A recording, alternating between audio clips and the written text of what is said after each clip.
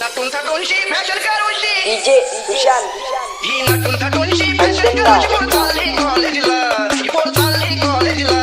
आणि लावते गो बोटाला बॉयफ्रेंड संगतीला आणि लावते गो बोटाला बॉयफ्रेंड संगतीला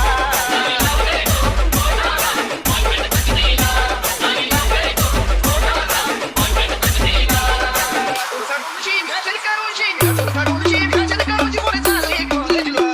पोर चालली कॉलेजला डीजे विशाल अंजनगाव